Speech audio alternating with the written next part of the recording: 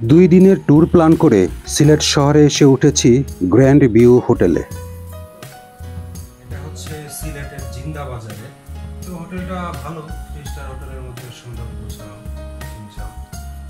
আপনারা যদি কেউ এরকমের কমের মধ্যে ভালো 3 স্টার হোটেল চান, আমার মনে হয় আপনারা সিলেট ট্যুর প্ল্যানের শুরু থেকেই মিতুর চাহিদা ছিল আমরা একদিন সিলেটের ভোলাগঞ্জের সাদা পাথর এরিয়াতে যাব। সেখানে গিয়েছিলাম এবং তার ভিডিও আমি আগেই দেখিয়েছি আপনাদের। আর আমি চেয়েছিলাম একদিন যেহেতু শুক্রবার, তাই শুক্রবারের জুম্মার নামাজটা আমি দরগা শরীফে আদায় করব। শুক্রবার সকাল 11:30টার সময় আমি রেডি হয়ে দরগা শরীফের দিকে যেতে থাকি জুম্মার নামাজের উদ্দেশ্যে। তো যাওয়ার পথেই রাস্তার দুপাশে অনেক দোকান, আপনি চাইলে এইখান থেকে কিছু কেনাকাটাও করতে পারেন। এইখান থেকে অনেক ধরনের এলিমেন্ট নিয়ে যায় যারা শুধুমাত্র দরগা শরীফ জিয়ারত করতে আসে। হযরত শাহজালাল রহমতুল্লাহের মাজার শরীফে যাওয়ার রাস্তার মধ্যেই ঢাকা, সিলেট এবং সিলেট থেকে ঢাকা যাওয়ার সমস্ত পরিবহনের টিকিট কাউন্টারগুলো।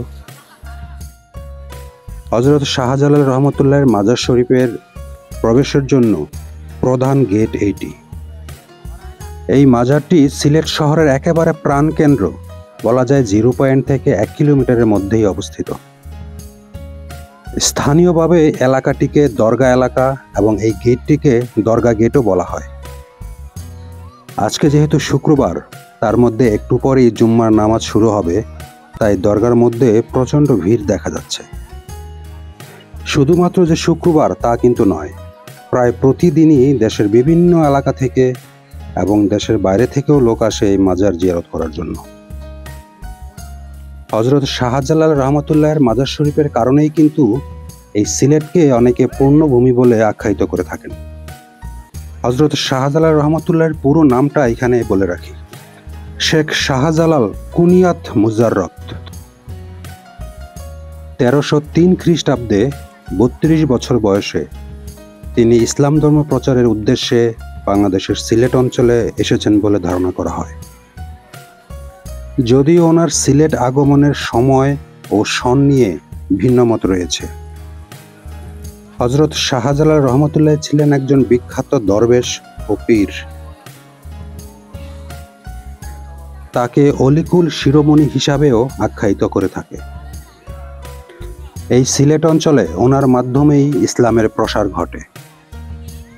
সিলেটের প্রথম মুসলমান শেখ বুরহানুদ্দিনের উপর রাজা গৌরগোবিন্দের অত্যাচার এবং এর প্রেক্ষিতে হযরত শাহজালাল এবং তার সফরসঙ্গী হিসাবে 360 আউলিয়ার এই সিলেট আগমন ঘটে। ইতিহাসে এটি একটি খুব উল্লেখযোগ্য ঘটনা। দরগা শরীফের পাশেই যে পুকুরটি, এই পুকুরে রয়েছে বিশাল বড় বড় গজার মাছ। লোকমুখে শোনা যায় এই মাছগুলো মাজার শরীফ স্থাপনের পর থেকেই এখানে রয়েছে এবং এই মাছগুলো কখনোই শেষ হয় না। মাজার জিয়ারতকারীরা এই মাছগুলোকে খাবার খাওয়ায় এবং এই খাবার খাওয়ানোটাও মাজার জিয়ারতের অংশ হিসাবে ধরে নেয়। তার পাশেই রয়েছে কবরস্থান। সিলেটের বিখ্যাত সব লোকেদের কবর রয়েছে এখানে।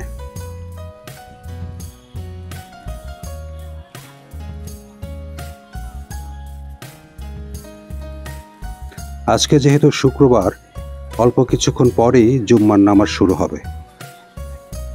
হযরত শাহজালাল মাজার শরীফের পাশেই রয়েছে বড় একটি মসজিদ। আপনারা দেখতে পাচ্ছেন মসজিদটি, এবং জুম্মার নামাজ আদায় করতে আসা লোকজন অজু সেরে মসজিদে প্রবেশে ব্যস্ত।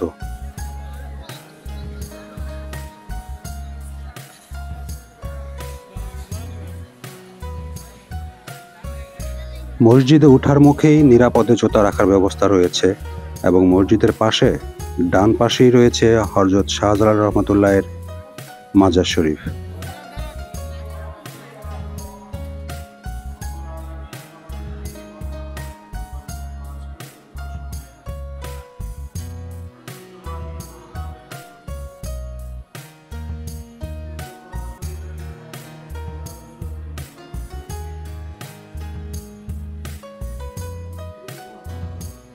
হজরত শাহজালাল রহমতুল্লাহের মাজার শরীফে যেহেতু মসজিদের সাথে লাগোয়া, নামাজ পড়তে আসা অনেকেই আগে মাজার শরীফটি জিয়ারত করে আসে। জুম্মার নামাজের সময় হয়ে গেছে, তাই নামাজ আদায়ের উদ্দেশ্যে আমি মসজিদে প্রবেশ করলাম।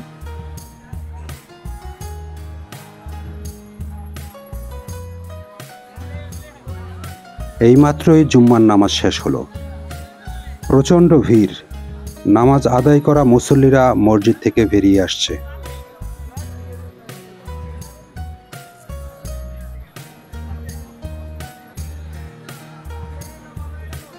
সকলের ভালো এবং মঙ্গল প্রত্যাশা করে আজকের ভিডিও থেকে আমি বিদায় নিচ্ছি। দোয়া করবেন আমার জন্য।